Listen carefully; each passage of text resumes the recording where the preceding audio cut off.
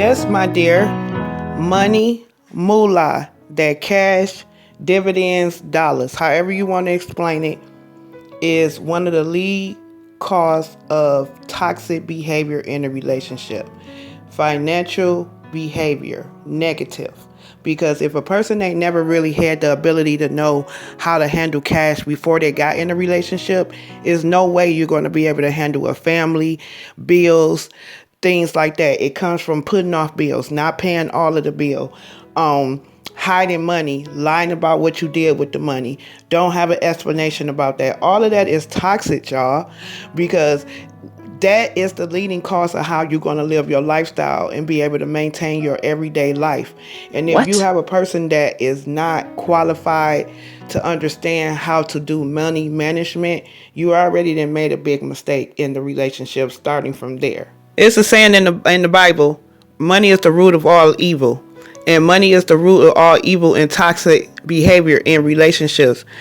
Just because a person have money or you might got a little money, it doesn't mean that you can control that person through money.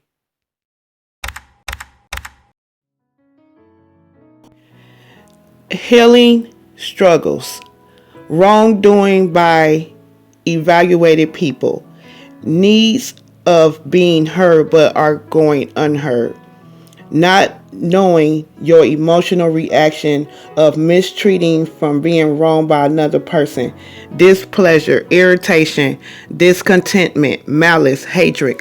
Those are all signs of resentment. And when a person in a relationship has resentment, you already have 3 or 4 red flags that are going up that this is a toxic relationship. Because sometimes when people don't deal with resentment, that tends to give a person the idea that you're just sitting there to wait for them to just fall over. And when you're in a resentful kind of relationship, it will show by how people moves are. Some people will take it as it's a mental illness that's going on, but some people have really untamed, undocumented relief from things they have been done in their life, and they tend to bring that in a relationship. And for a person that have never dealt with nothing like that, this is going to be uncomfortable. So for a person that is going through resentment, you better run if you don't know how to deal with it. Lack of support. A lot of people think that this is not important in a relationship, but this is another sign of you're in probably a toxic relationship. Whenever you're going through something, someone overtalks you, they don't cheer you on when something is good, whether it's a promotion, you going back to school, having a baby, their baby, just anything that's in life. They disappear when times get tough. You got to always question their ability about your relationship. They will often let you down on things that they promise you, whether it's from marriage to just simple things of just going to the grocery store. They're very dismissive. Things in a relationship, you need to really pay attention to that, because that is when somebody is very unsupportive in your relationship.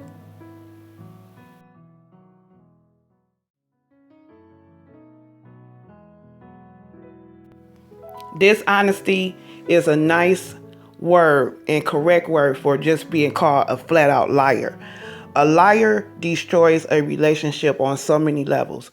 I've known and met people that lie about any and everything, and that destroy not only relationships as far as a man and a woman, or a man and a man, or a woman and a woman.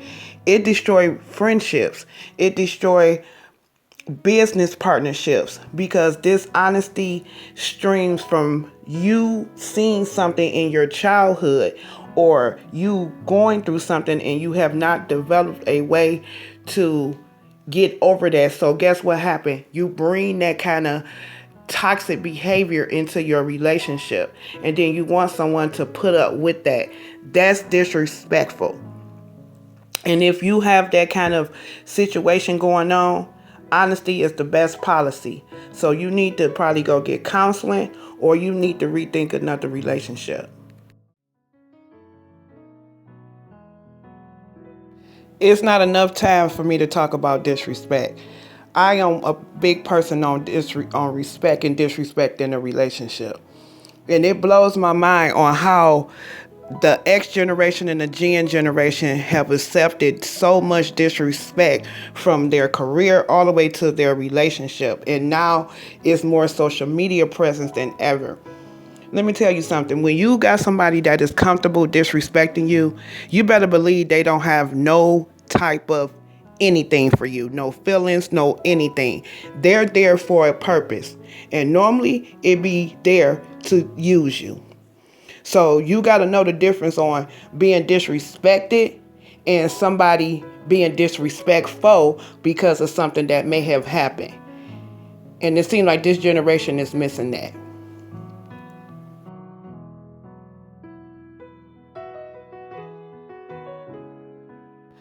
Some people are so toxic they think that jealousy is good for a relationship or envy. Let me bust y'all bubble. No, in the fuck it's not. Sorry to be so derogatory. Because jealousy leads to people becoming stalkers, people becoming irritated with every movement that you make. Going all the way back to number 7 with if you're in a toxic relationship. This is the worst of the worst. The worst thing you want is for your significant other to be jealous of you. Because I have saw people even talk about their spouse to other people that don't even like them. So this is very toxic.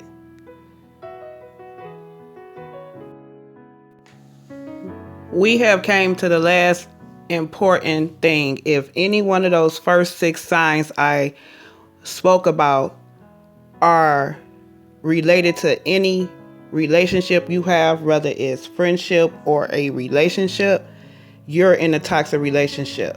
The last one is control.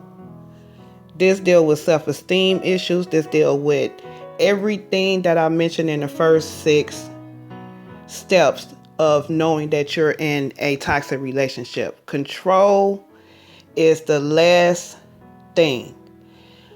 I had a good friend years ago that was in a relationship that was so controlling that my friend ended up dead. So this is very serious.